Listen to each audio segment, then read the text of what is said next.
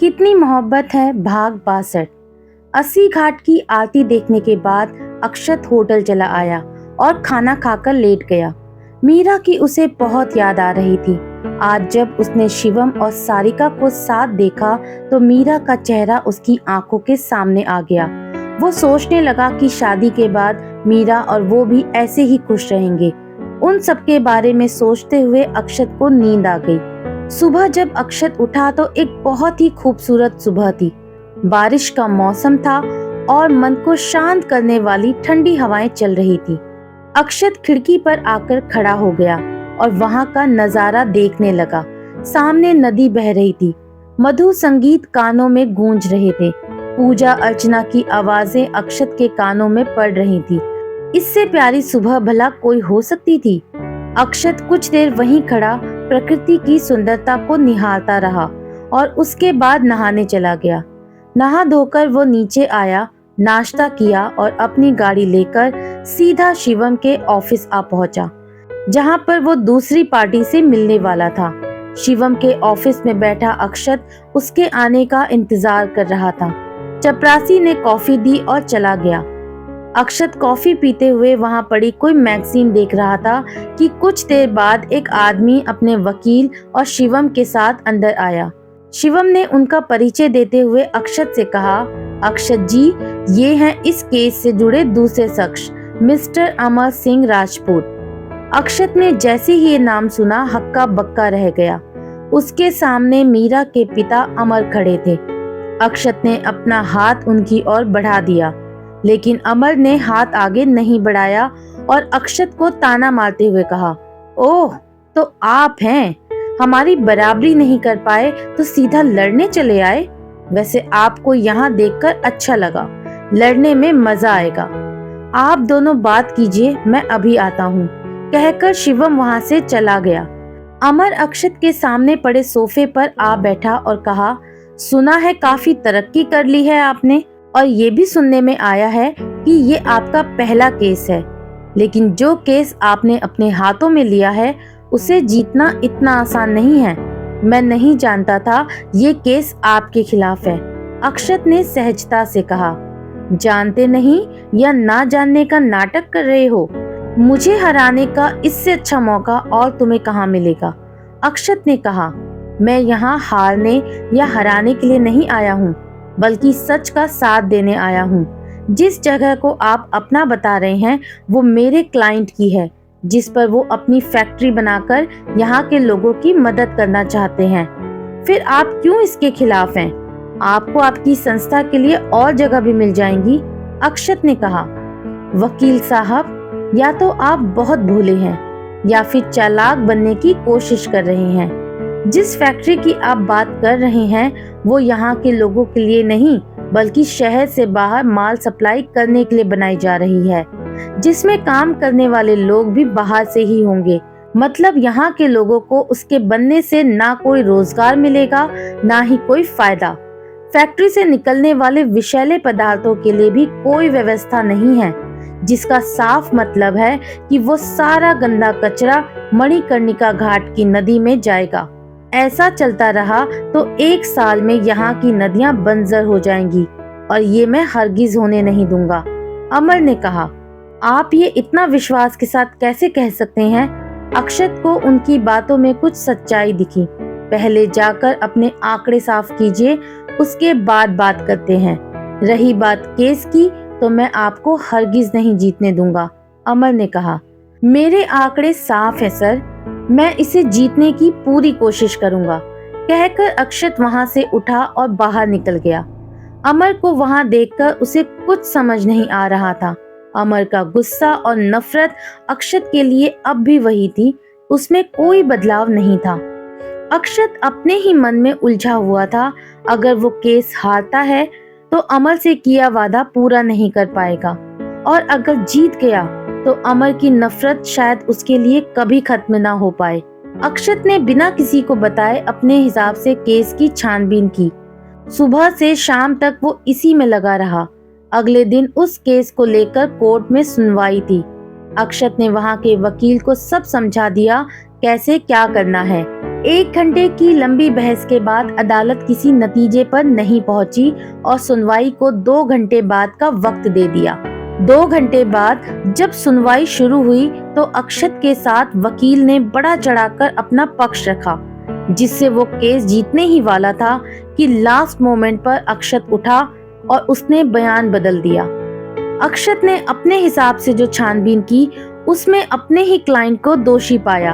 अमर ने सही कहा था, वो फैक्ट्री लोगों की भलाई के लिए नहीं बल्कि अपने फायदे के लिए बनाई जा रही है।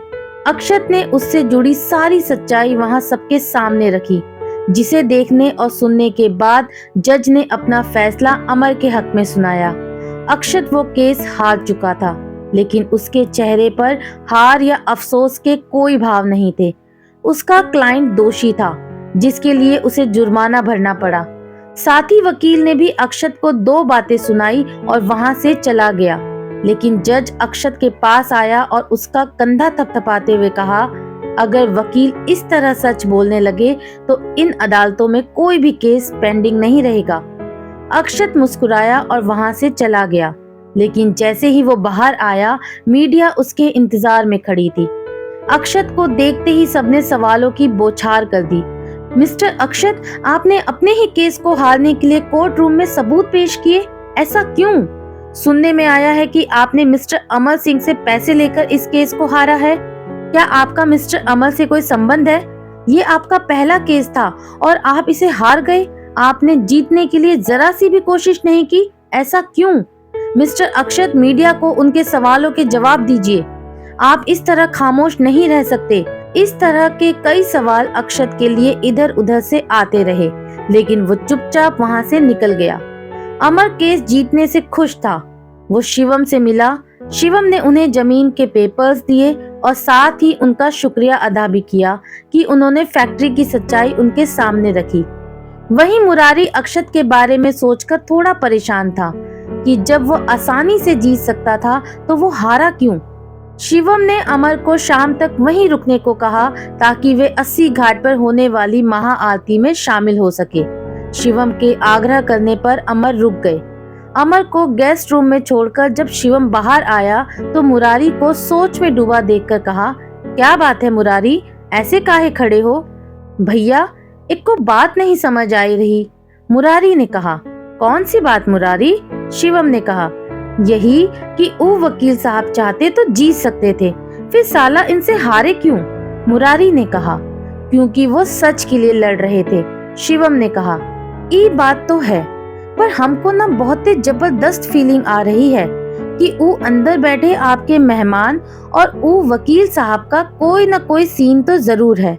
वकील ने कहा, का तुम भी कुछ भी सोचने लगते हो? शाम की आरती का बंदोबस्त किए कि ना ही किए?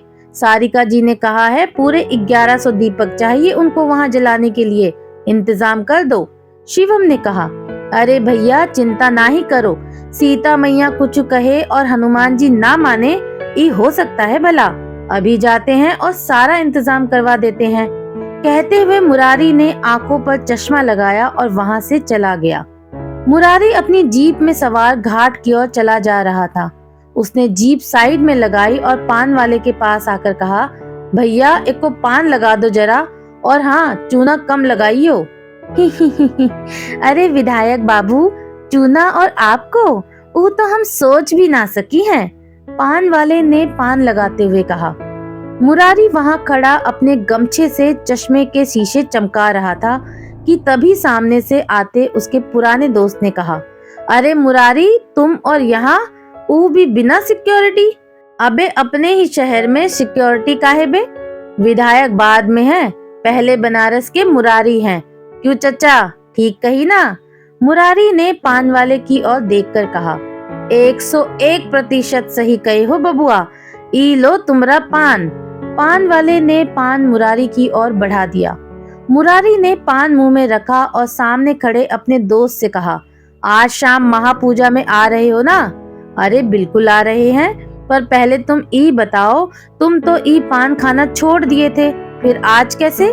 दोस्त ने कहा, देखो दोस्त, छोड़ने के लिए जिंदगी में बहुत कुछ है, वैसे भी इक्को ही जिंदगी है साला, किस किस से परहेज करेंगे?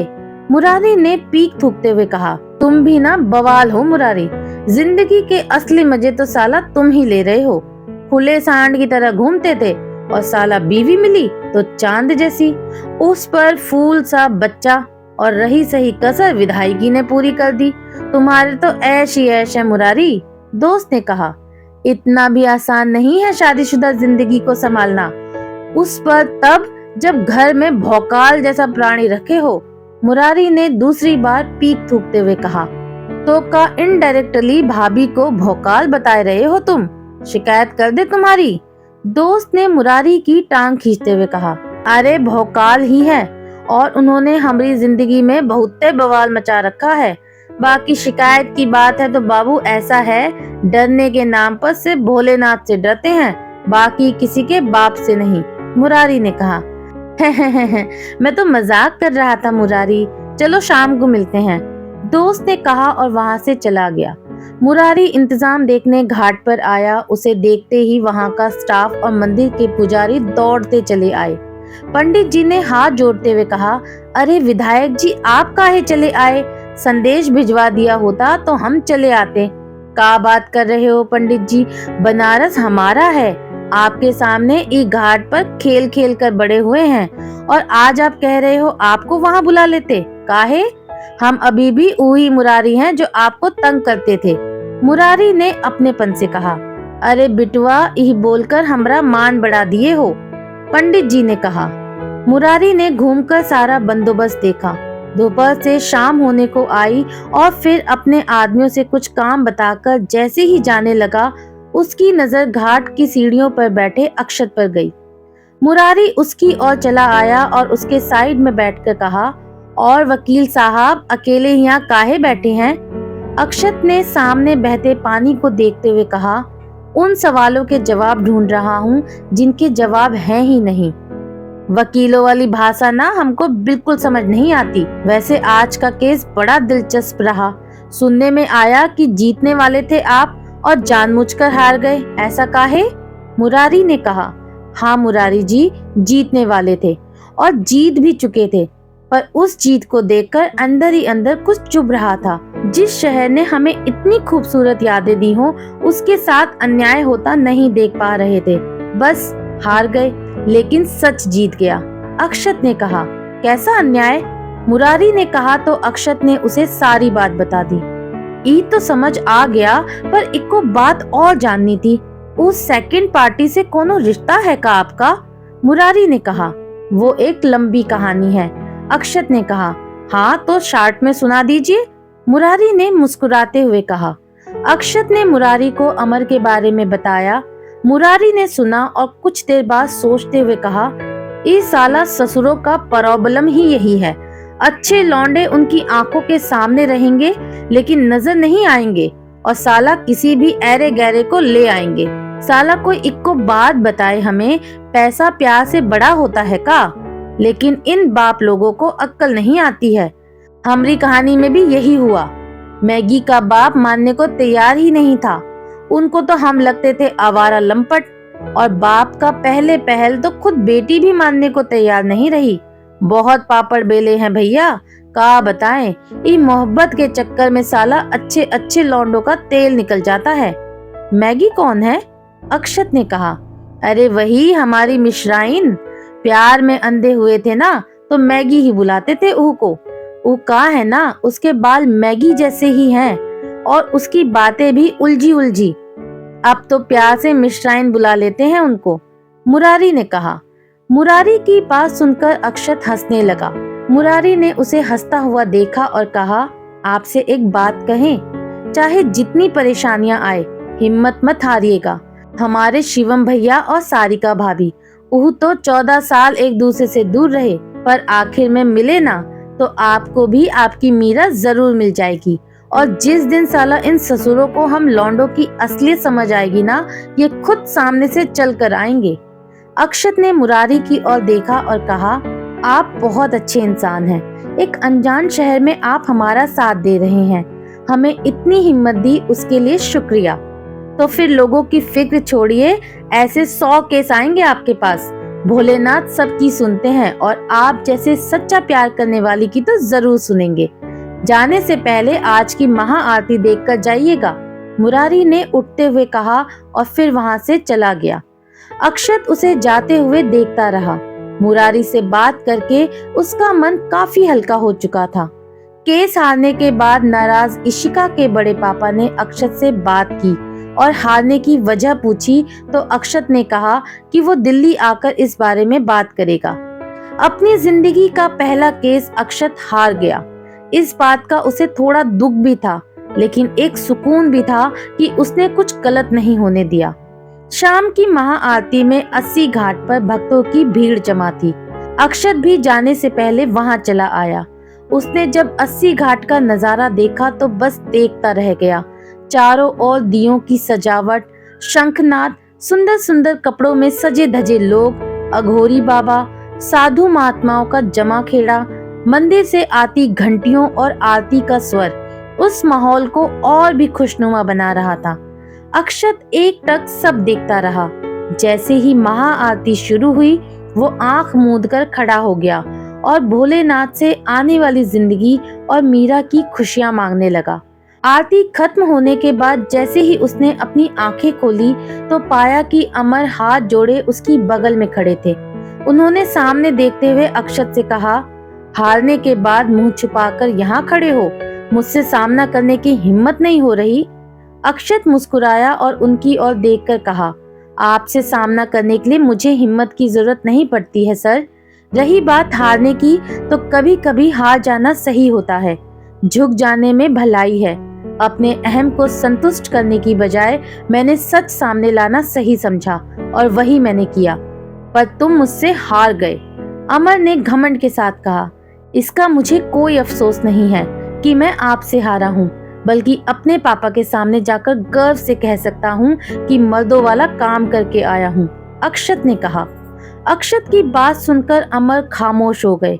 अक्षत सामने देखते हुए कहने लगा, जिंदगी में हमेशा जीतना इम्पोर्टेंट नहीं होता सर, कई बार हारना भी पड़ता है। और हार का मतलब ये नहीं होता कि हम दोबारा जीतने की कोशिश नहीं करेंगे। मैंने अपने पापा से एक बात सीखी है सर, अगर आपसे लड़ने वाले के पास लड़ने की सही वजह हो तो हार जाने में कोई बुराई नहीं होती है। फिर सामने वाला चाहे आपका दोस्त हो या फिर दुश्मन, आपकी बराबरी जरूर करना चाहता हूँ मैं, लेकिन गलत रास्ते से नहीं। और मेहनत करूंगा और जिस दिन लायक हो जाऊंगा आपके सामने जरूर आऊंगा। जीतना मेरे लिए मुश्किल नहीं था, पर इस शहर में आने के बाद मैंने देखा कि यहाँ के लोग कितने अच्छे हैं। एक अनजान को भी वो अपनों जैसा प्यार, मान सम्मान देते हैं। आज अगर आप हारते तो ये उनके भरोसे की हार होती, उनकी उम्मीद की हार होती। जाने अनजाने में अगर मैं कुछ गलत बोल गया हूँ तो माफी चाहता हूँ सर। अक्षत कुछ पल रुका और फिर कहा, चलता हूँ सर, काफी लंबा रास्ता तय करना है। अक्षत वहां से चला गया और अमर वहीं खड़ा उसकी कही बातों के बारे में सोचता रहा। अक्षत जब घाट से बाहर आया तो मुरारी और बाकी सारे लोग उसे वहीं मिल गए। मुरारी ने कहा, का वकील साहब जा रहे हैं? हाँ सर, जाना तो पड़ेगा ना, अक्षत ने कहा। जाने से नहीं रोकेंगे, पर वापस जरूर आइएगा उनके साथ, मुरारी ने कहा। जी बिल्कुल, आप सबने इतना प्यार दिया, सम्मान दिया, हमेशा आपका शुक्रगुजार रहूंगा। आप सबसे मिलकर बहुत खुशी हुई, अक्षत ने कहा। हमें भी आपसे मिलकर अच्छा लगा। जो समझदारी आपने दिखाई, इतनी कम उम्र में इतनी समझ पहली बार देख रहे हैं, शिवम ने कहा।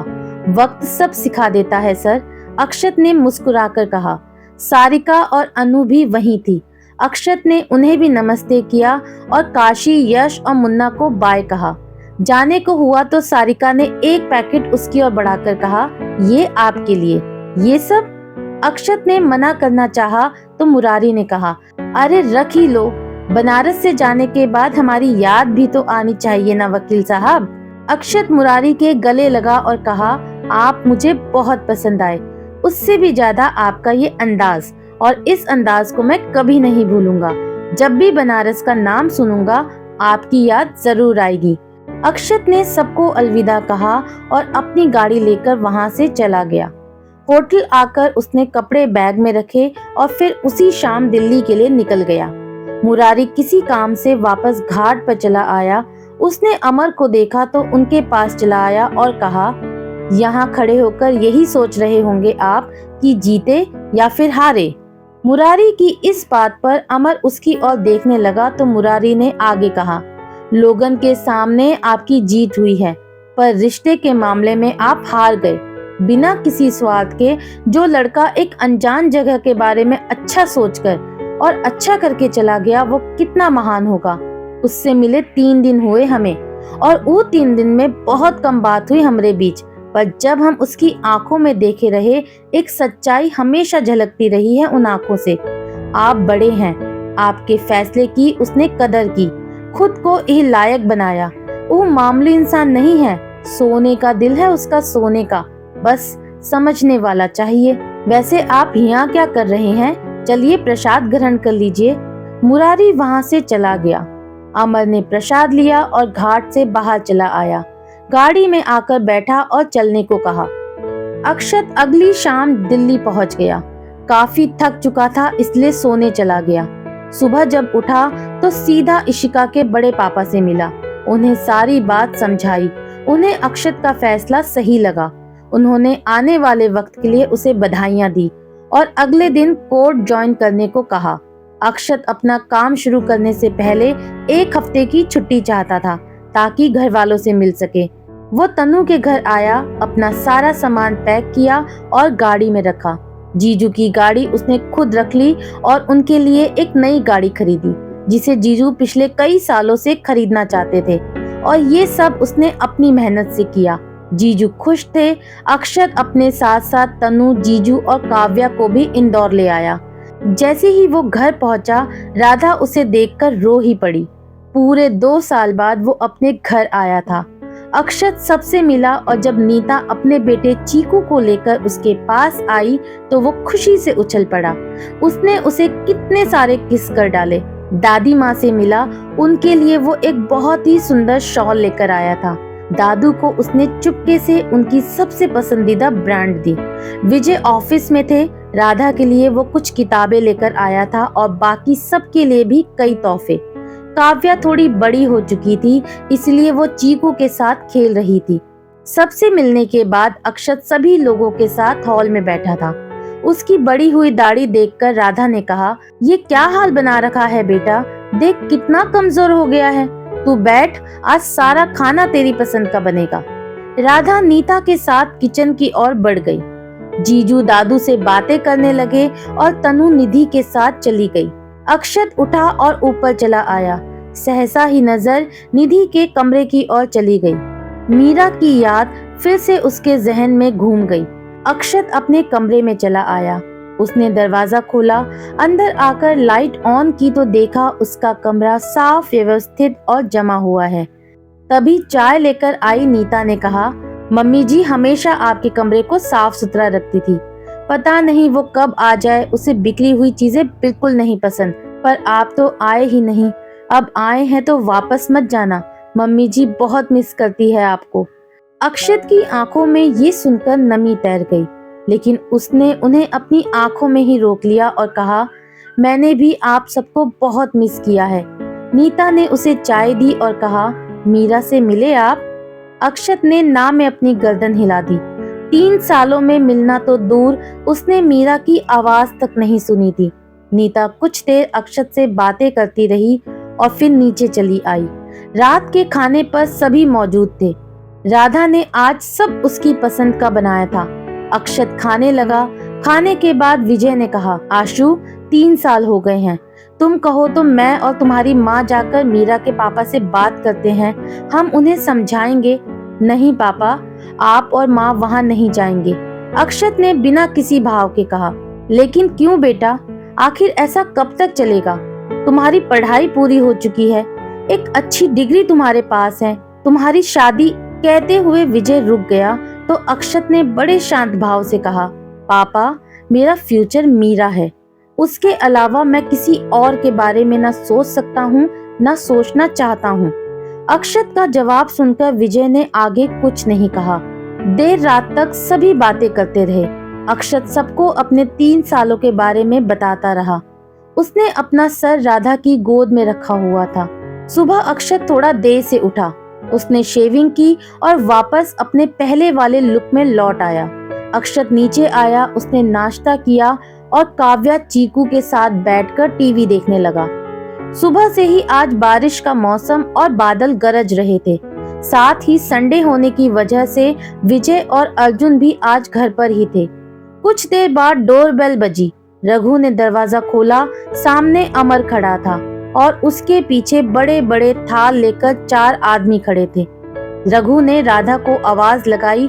राधा ने अमर को वहां देखा तो हैरान रह गई। क्या मैं अंदर आ सकता हूँ? अमर ने कहा। राधा ने अमर को अंदर आने दिया। अमर को वहां देखकर सभी घरवाले वहां जमा हो गए। अमर ने साथ आए आदमियों से वो थाल टेबल पर रखने को कहा और विजय के पास आकर कहने लगे, मैंने आप सबके साथ बहुत बुरा बर्ताव किया है, जिसके लिए मैं आप सबसे माफी मांगता हूँ। विजय ने कुछ नहीं कहा तो अमर राधा के सामने आया और हाथ जोड़कर कहने लगा, मुझे माफ कर दो राधा, मैं तुम्हें समझ नहीं पाया। मैंने तुम्हें बहुत ठेस पहुंचाई है और तुम्हारा बहुत दिल दुखाया है, जबकि मेरे ना होने पर तुमने हमेशा सावित्री का साथ दिया, मीरा को अपने पास रखा, उसे अच्छे संस्कार दिए। मैंने तुम सबके साथ जो किया उसे भूलकर ये शगुन स्वीकार कर लो। शगुन? राधा ने हैरानी से कहा। हाँ राधा, शगुन। मैं मीरा के लिए तुम्हारे घर अक्षत का हाथ मांगने आया हूँ, अमर ने भीगी आंखों के साथ कहा। घर में सबने सुना तो उनकी खुशी का ठिकाना नहीं रहा, लेकिन अक्षत बिना किसी भाव के खामोश खड़ा था। उसके मन में जो चल रहा था वो सिर्फ वही जानता था। अमर उसके पास आए और कहने लगे, मेरी आंखों पर जो दौलत की पट्टी बंधी थी वो तुमने अपने नेक इरादों से खोल दी अक्षत। बनारस से लौटने के बाद मुझे महसूस हुआ कि मैं कितना छोटा हूँ तुम्हारे सामने। जिस जीत पर मैं इतरा रहा था, दरअसल वो तुम्हारी मेहनत थी। मैंने तुम्हारे और मीरा के साथ बहुत गलत किया है बेटा, मुझे माफ कर दो। तुम दोनों के प्यार के सामने मेरी दौलत कुछ भी नहीं है। मीरा को अपना लो और उसे अपने घर ले आओ, बस यही चाहता हूँ मैं। अपनी इकलौती बेटी का कन्यादान करना चाहता हूँ मैं। अक्षत ने उनके हाथों को थामा और कहा, खुद को छोटा मत कहिए सर, आप मेरे पिता समान हैं और मैं कभी नहीं चाहूंगा मेरे पिता को मेरे सामने झुकना पड़े। अक्षत की बात सुनकर विजय अक्षत के पास आए और कहा, मीरा को हम सबकी जरूरत है। राधा और घरवालों ने सारे शिकवे भुलाकर शगुन स्वीकार कर लिया। अमर ने अक्षत को तिलक किया और उसे 11 सोने के सिक्के देकर शगुन पक्का किया। सभी बहुत खुश थे। अक्षत अमर के पास आया और कहा, सर क्या अब मैं मीरा से मिल सकता हूँ? अमर ने अक्षत के गाल को प्यार से थपथपाते हुए कहा, हाँ, वो भी पूरे हक से। अक्षत मुस्कुराया और दौड़ पड़ा। बाहर आया तो देखा बारिश हो रही थी, पर अक्षत आगे बढ़ गया। वो अपनी बाइक के पास आया तो जीजू ने पीछे से आवाज लगाई, आशु। अक्षत पलटा तो जीजू ने बाइक की चाबी उसकी ओर फेंकते हुए कहा, बिना चाबी के बाइक स्टार्ट कैसे करेगा? थैंक्स जीजू, अक्षत ने प्यारी सी स्माइल के साथ कहा और बाइक लेकर वहां से चला गया। राधा उसे रोकने आई, तब तक वो जा चुका था। राधा ने कहा, आपने उसे रोका क्यों नहीं सोमित? जाने दीजिए मौसी, 3 सालों का इंतजार है, वो थोड़े रुकने वाला है अब, जीजू ने कहा और राधा को लेकर अंदर चला आया। अक्षत जितनी तेज बाइक चला सकता था उसने चलाई। तेज बारिश में भी वो नहीं रुका और जा पहुंचा मीरा के घर। आज उसे किसी गार्ड ने नहीं रोका। अक्षत घर के लॉन में खड़ा जोर से चिल्लाया, मीरा। मीरा ने अक्षत की आवाज सुनी तो दौड़ी चली आई। सामने से आती मीरा को अक्षत ने देखा। मीरा ने पीले रंग की साड़ी पहनी थी, वही सादगी, वही भोलापन और आंखों से मासूमियत झलक रही थी। अक्षत बारिश में पूरी तरह भीग चुका था। मीरा भी उसके पास पहुंची तब तक भीग चुकी थी। अक्षत बस एक टक उसे देखे जा रहा था। मीरा उसके सामने आकर रुक गई। उसकी आंखों में आंसू थे। उसने कांपते होठों से कहा, आप जीत गए। अक्षत ने ना में गर्दन हिलाई और उसने थोड़ा करीब आकर कहा, हम जीत गए, हमारी मोहब्बत जीत गई, हमारा इंतजार जीत गया। अक्षत की बात सुनकर मीरा खुद को रोक नहीं पाई और उसके गले आ लगी। अक्षत ने भी उसे अपने आलिंगन में भर लिया। दोनों की आंखें बंद थी और उन आंखों में आंसुओं का सैलाब था जो बारिश की बूंदों में घुल रहा था। वो दोनों उस बारिश में एक दूसरे को गले लगाए भीगते रहे। उन्हें ना अपनी सुध थी ना जमाने की। उस वक्त उन्हें कोई देखता तो शायद यही कहता, उफ, कितनी मोहब्बत है। दोस्तों, मीरा और अक्षत की प्रेम कहानी पूरी हो चुकी है। दोनों मिल चुके हैं, लेकिन अभी भी थोड़ा कुछ बाकी है। तो वो जानने के लिए आपको बने रहना होगा मेरे यानी कि आराधना वॉइस के साथ। आज की कहानी का ये पार्ट आपको कैसा लगा मुझे कमेंट बॉक्स में जरूर बताइएगा। मिलती हूँ आपसे इस कहानी के अगले भाग में। तब तक के लिए बाय बाय।